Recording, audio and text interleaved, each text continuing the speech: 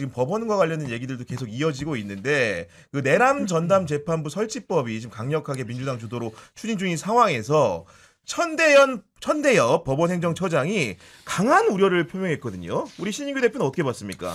그러니까 저는 사실 지금 내란특별재판부 저는 사실 내란특별법을 제가 지난 3월부터 도입을 주장했기 때문에 지금 너무 늦었죠. 사실은 너무 늦은 감이 없지 않아 있고 지금에 와서라도 그러면은 차선책으로 해야 되지 않느냐 뭐 그 말에는 제가 동의를 합니다. 근데 원래대로 하면은요 그동안에 사법부가 보였던 문제점들은 제도를 먼저 건들기에 앞서서 핀셋으로 그 윤석열 시대에 부역했고 윤석열의 하수인 역할을 지금도 하고 있는 사람들 예를 들면 지기현 그리고 조이대 이런 사람들에 대해서 전 핀셋으로 전 탄핵 소추하는 게 맞다. 어차피 지금 내란특별재판부 만들어도요 위헌 논란 때문에 어차피 헌재로 한번 가야 돼요. 그러니까 탄핵으로 가나 제도개혁으로 해서 가나 어차피 헌법재판소는 한번 통과를 해야 될 하나의 허들이기 때문에 저는 내란을 종식시키고 이 내란 그 범들과의 일대 결전을 한다면 전 오히려 핀셋으로 정리하는 게 더 낫지 않나 뭐 그런 생각 저 개인적으로 하는데 차선책으로 한다면은 내란특별재판부를 해야 되는 것이고 저는 지금 이 구성에 있어서 굉장히 중요하거든요. 그러니까 우리가 가보지 않은 길이기 때문에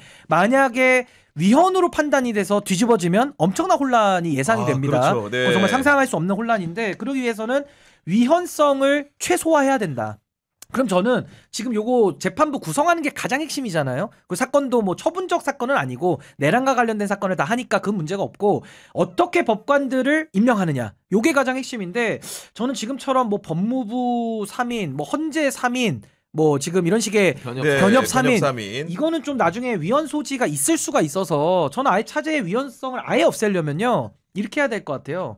판사들 있죠. 그러니까 조이대의 영향권 바깥에 있는 판사들. 뭐 예를 들면 서울이나 이 5개 권역 판사들의 어떤 평판사들의 대표성을 가지고 판사 풀을 선정을 하고 그걸 가지고서 한번 걸러내야 되기 때문에 법무부나 변협이나 법원 노조가 하나의 위원회를 만들어서 비토권을 행사하는 방식으로 이 거르는 쪽으로 네. 이렇게 해서 올렸을 때 조이대 대법원장이 임명하면 제가 볼 때는 위헌성이 거의 제로에 수렴하거든요. 이런 식의 조금 더 안전하게 하면서도 조이대의 영향권을 확실하게 제거할 수 있는 좀 창조적인 발상이 전 더 필요하지 않나. 그 제도 설계 다시 한번 설명을 드리면은 그 민주당 안에 따르면 내란 전담 재판부를 1심과 2심, 그러니까 원심과 항소심에 2개 이상 재판부를 설치를 하는 겁니다. 그러면 그 재판부 구성을 어떻게 하느냐? 아까 저희가 이제 변협이라고 했 변협이 아니고 헌법재판소, 법무부 전국 법관 대표 회의가 각각 3명씩을 추천을 하는 거예요. 9인으로 구성되는 내란 전담 재판부 후보 추천 위원회를 구성을 하는 겁니다.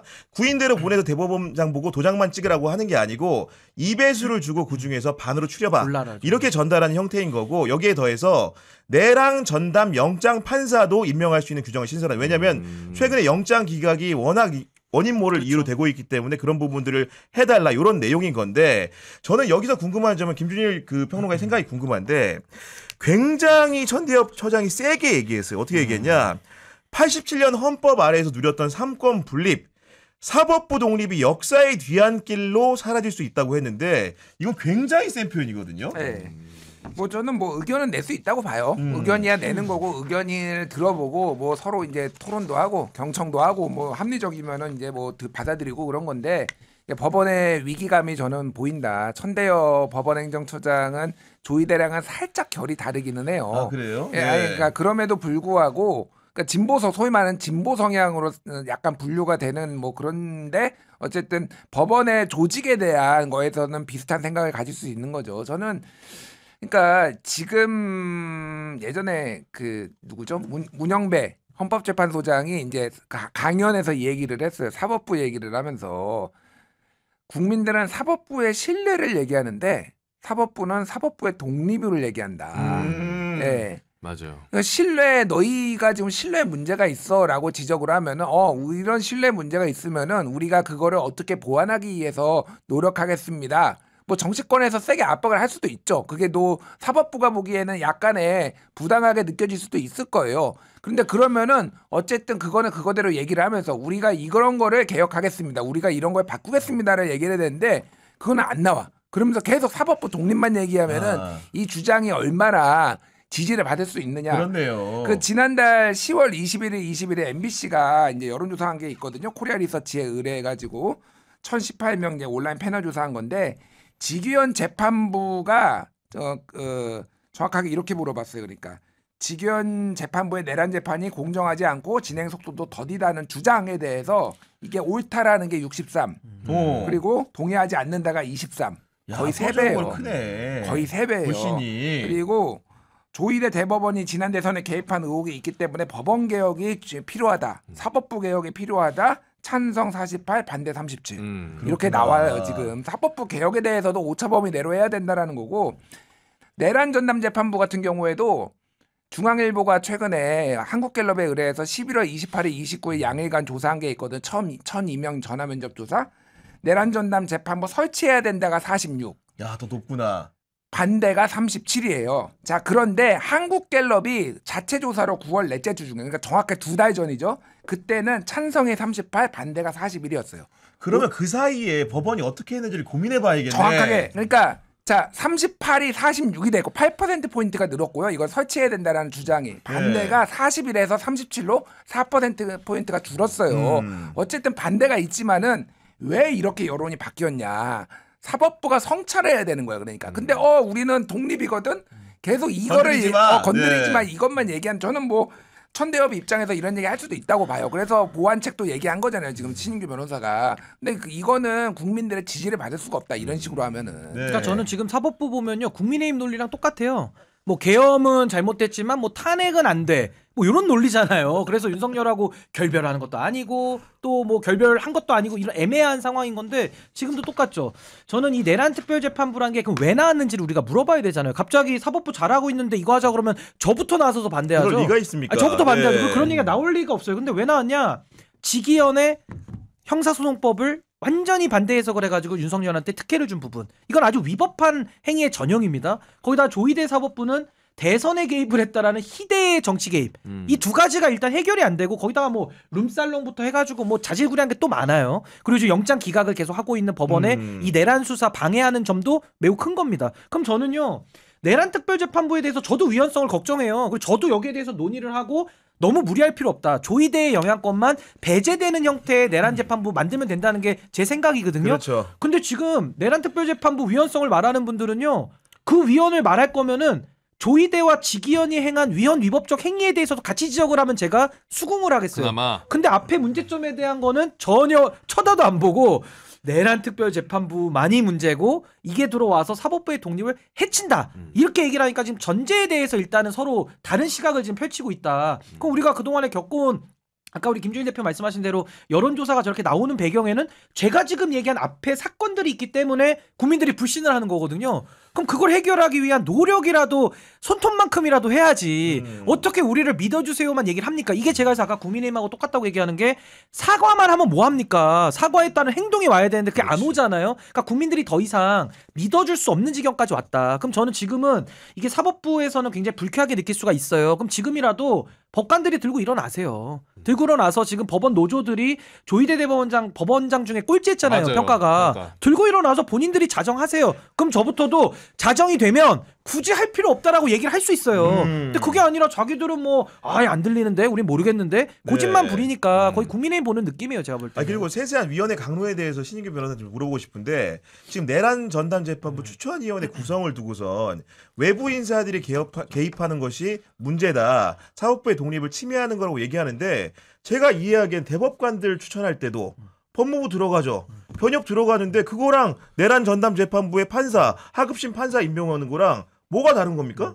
아니 근데 이제 이게 약간은 좀 논란이 있을 수는 분명히 있어요. 왜냐면 안 해본 걸 지금 처음 하는 거고 이 사법부에서 지금 재판을 하고 있는 것을 중간에 들어가서 이 체제를 바꾸는 거기 때문에 그래서 제가 아까 말씀드린 대로 차라리 탄핵소추로 들어가는 게 훨씬 더 부담은 적다. 어차피 현재를 갈 거니까라는 아까 말씀인데 전 체제를 바꾸는 문제가 있기 때문에 판사들을 그러면 어떻게 뽑아내느냐. 그러니까 조희대의 영향권은 빼면서도 우리 헌법에서 규정한 사법권은 법원에 속한다고 돼 있어요. 조희대한테 속한다고 안 써 있습니다. 그러면 법원에 속한다라는 걸 어떻게 유지시킬 거냐. 그 제가 예전부터 얘기했던 방식이 자꾸 이렇게 외부에서 들어와서 법관들을 뽑아서 조희대 임명해 이러면은 논란이 있을 수 있기 때문에 법원에서 평판사 회의든 부장급 회의든 그 대표성을 가지는 사람들이 지역별로 모여서 판사 풀을 만드는 거예요. 그럼 판사 풀을 만들면 그 안에도 뭐 그래도 전문가 영역이니까 어떤 사람 이런 좀 평판을 알지 않습니까? 그렇게 뽑아온 풀에 대해서는 법무부나 변협이나 법원 노조가 좀 하나의 위원회를 만들어서 비토권 정도를 행사하면 좋겠다. 그럼 이건 개입이 아니잖아요. 걸러내는 정도니까.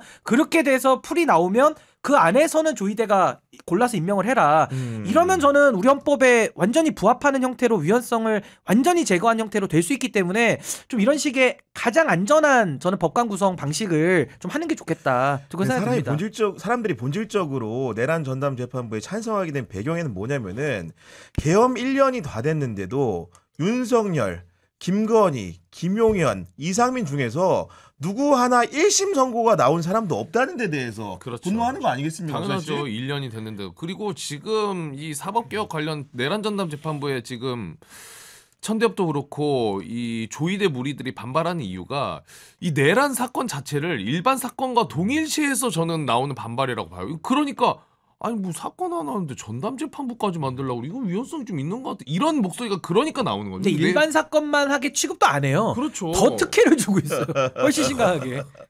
그러니까 법원 스스로 자초한 부분에 대해서 김준일 평론가 말씀하신 것처럼 그런 부분들을 스스로 돌아보고 의견도 정중하게 내면 국민들이 그걸 안 받아주겠습니까? 그런 태도가 아니고 무조건적으로 안 된다, 논의할 수 없다 이렇게 방패막을 치면 국민들의 요구는 더 들끓을 것이고 결국은 입법 열차를 막을 수는 없습니다 또. 아니 그리고 제가 이 부분도 좀 떠오른 김에 말씀드리고 싶은 게 법조 전문 기자들 있잖아요. 그런 분들 권위와 신뢰를 가지신 분들이거든요. 저도 그분들을 뭐 정파적으로 해석하고 싶지 않아요. 굉장히 전문성을 가지고 법적인 얘기들 거의 변호사보다 훨씬 더 뛰어나게 이렇게 분석을 잘 하시는데 전 그분들한테도 참 불만인 게 왜 위헌성에 대해서 논의를 할 거면은 같이 논해야 되는데 그러니까. 유독 내란특별재판부만 가지고 위헌성 시비를 걸고 그 앞단에서 행한 조의대나 지기현의 위헌 위법성에 대해서는 일절 지적하지 않아요. 마치 검사들이 대장동 항소 포기에 대해서만 우르르 들고 일어나고 패스트트랙 사건이나 과거의 즉시항고 포기에 대해서는 아무 얘기도 안 했잖아요. 그러니까 이런 모습을 보는 것 같은 이런 좀 착시가 있어서 저는 차라리